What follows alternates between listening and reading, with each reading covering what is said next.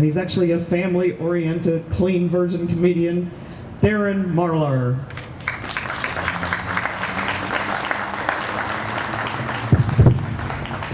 All right, thank you very much, Diane, for the absolute worst introduction ever. Well, I am going to be tied to this. There we go. There we go. All right, how y'all doing? That was pathetic. How are y'all doing? Yes. All right, man. I love this job. You guys giving this nice welcome, this thunderous clapping. Whatever. I feel like Barack Obama before breaking his first promise. So, all right. Bloomington, Illinois. Yeah. Gateway to Leroy. My career is smoking. Okay. All right. How many of you actually consider yourselves Tea Partiers? Yeah.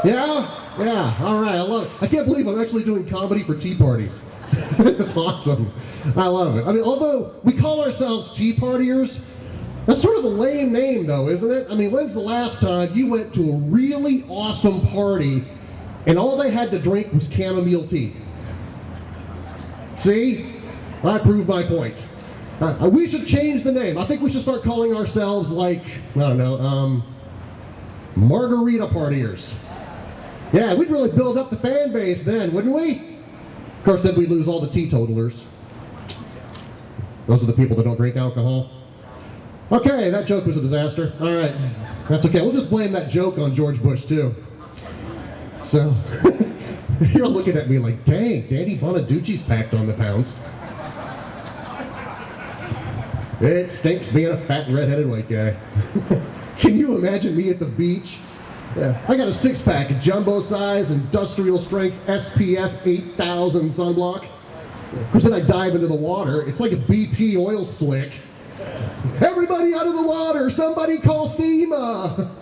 They won't get here in time. Okay, call Obama. We'll take FEMA. I'm sorry. I'm glad Jan liked that one. That's not fair, though. I apologize. I mean, we all know Obama was there right since day 41. So. Hey, on the plus side, fish oil is a lot cheaper now. So, man, I am glad that whole oil slick thing is over, aren't you? Man, I'm telling you, there was so much oil in the ocean, Barack's next plan was just to add vinegar, serve it up as salad dressing. Bon appetit, America. Did you hear, by the way, true story, Orlando, Florida, they changed the name of one of their streets to Barack Obama Parkway. Did you hear about that? Yeah. It's got a lot of people ticked off, though, because now it's a toll road and it requires change.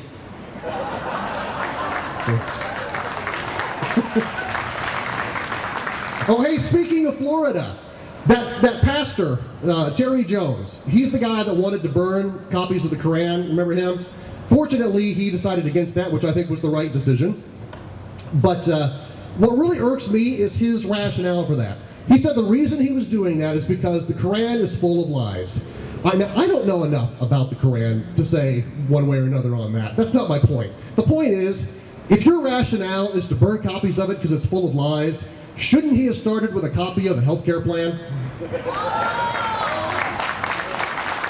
Just saying.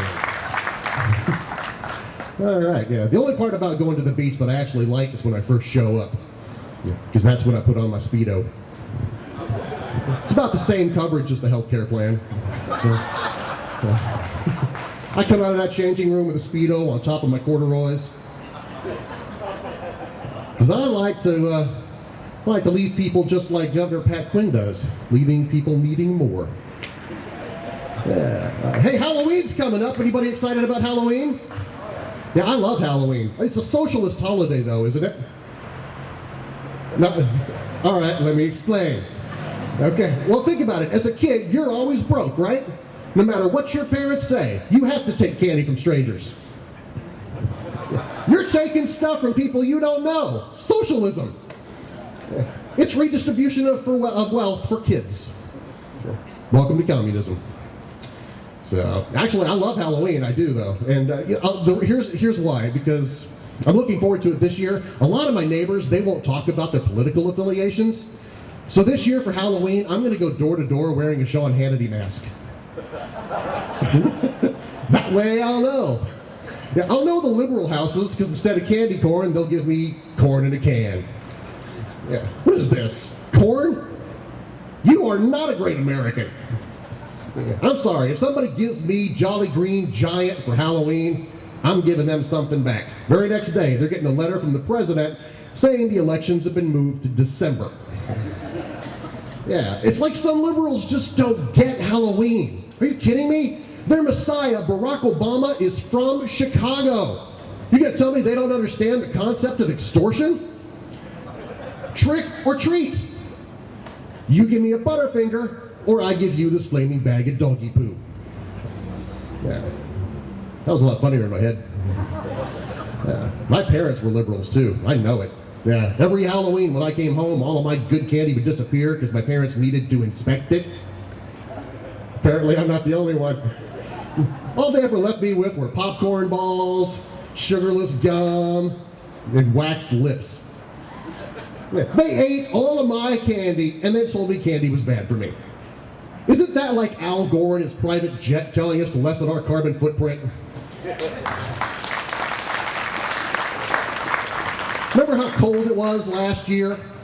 I mean, the winter was terrible, but I don't know about here, but in Rockford, we actually got snow on Halloween. Al, where's global warming when you need it? So, anyway, in my neighborhood, we had a dentist. A liberal dentist. Boy, that guy could suck the joy right out of trick-or-treating. Here you go, kiddies. Here's your toothpaste, toothbrush, dental floss. You get a tongue scraper. Yeah, every year that guy's house got TP'd. I should know. I was next door passing out the Cottonelle. I don't care if you want to pass out dental equipment. Was it going to kill you to duct tape it to a gobstopper? You're a dentist, for crying out loud. Try capitalism. Pass out pixie sticks. It's tooth decay in a straw. I remember this one year, this lady at the bottom of our street, she was passing out little sandwich baggies full of potpourri. Thank you. Yeah, I'll tell you, one taste of that, I was digging for the toothpaste. Yeah.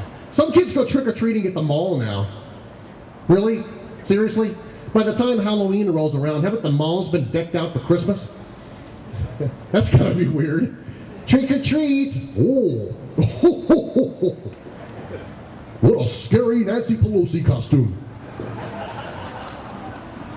Here's a sugar-free candy cane. Now you come tell Santa what you want for Kwanzaa. It's hard to believe there are people that want to ban Christmas. It's mostly the ACLU, but come on, we don't mess around with their holidays. We don't touch April 1st. I mean, the holidays are for everybody, aren't they? Merry Christmas for the Christians. For the Jews, Happy Hanukkah. For the ACLU, joyful meaninglessness. And a pleasant, non-specific greeting of warmth to you.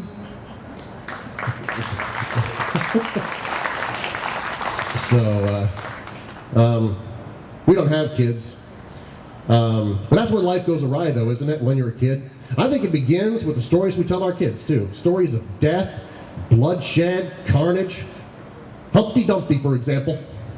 Yeah, Humpty Dumpty sat on a wall. Humpty Dumpty had a great fall. All the king's horses and all the king's men. Yeah, old Egghead's fallen over, cracked open his skull, and he's dead now. Good night, son. Yeah. Did you hear the liberals want to change the ending of Humpty Dumpty? I kid you not. They think it's too graphically violent. They actually want to change the ending to all the king's horses and all the king's men made Humpty Dumpty happy again. Aww, pansies. Are they going to do that with everything? London Bridge is structurally sound, structurally sound, structurally sound. I mean, if you're going to change our kids' stories, at least make them more realistic, right? You know, Jack and Jill went up the hill to fetch a pail of water. Jack fell down, broke his crown. Jill called 911, but Jack is still out of luck because he's on the Obama healthcare plan. I like that one. In fact, I had that one made into a t-shirt.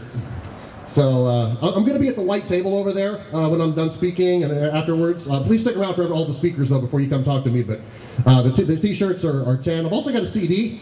It's called Truth or Darren, and I'm only selling those for $5, but if you want to get the two together, I'll give them to you both for $20. Because that's the way the economy works. So, yeah, I'm loving this economy, aren't you? Anybody else enjoying being broke? You know things are bad when they catch a truckload of Americans trying to sneak into Mexico. I actually got an insufficient funds notice from my bank the other day. I had to call them and ask if they meant me or them. So, the kid at McDonald's asked, "Can you afford fries with that?" Actually saying we're broke, that's not entirely true. I mean, broke means you have no money. We're in debt. We have less than no money. We had nothing, and then came the government stimulus package. Now we have less of what we had than when we had nothing. Our goal now is to make as much money as we can, as fast as we can, just so we can attain zero. That's our goal. We're looking towards that far-off day when we have kids. We'll be able to say, "Son, daughter, you see that? I don't see nothing, Daddy." Exactly.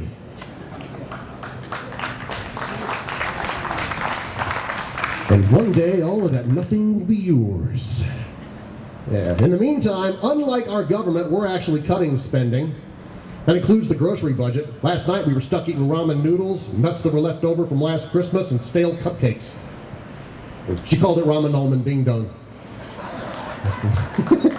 You think that joke's terrible? You should have been there for the meal. Got a credit card application in the mail. It was pre-declined. Sorry. Oh, don't clap at that. That was stupid. We're actually so broke, we're actually sharing deodorant now. My wife and I are sharing the same deodorant. Yep.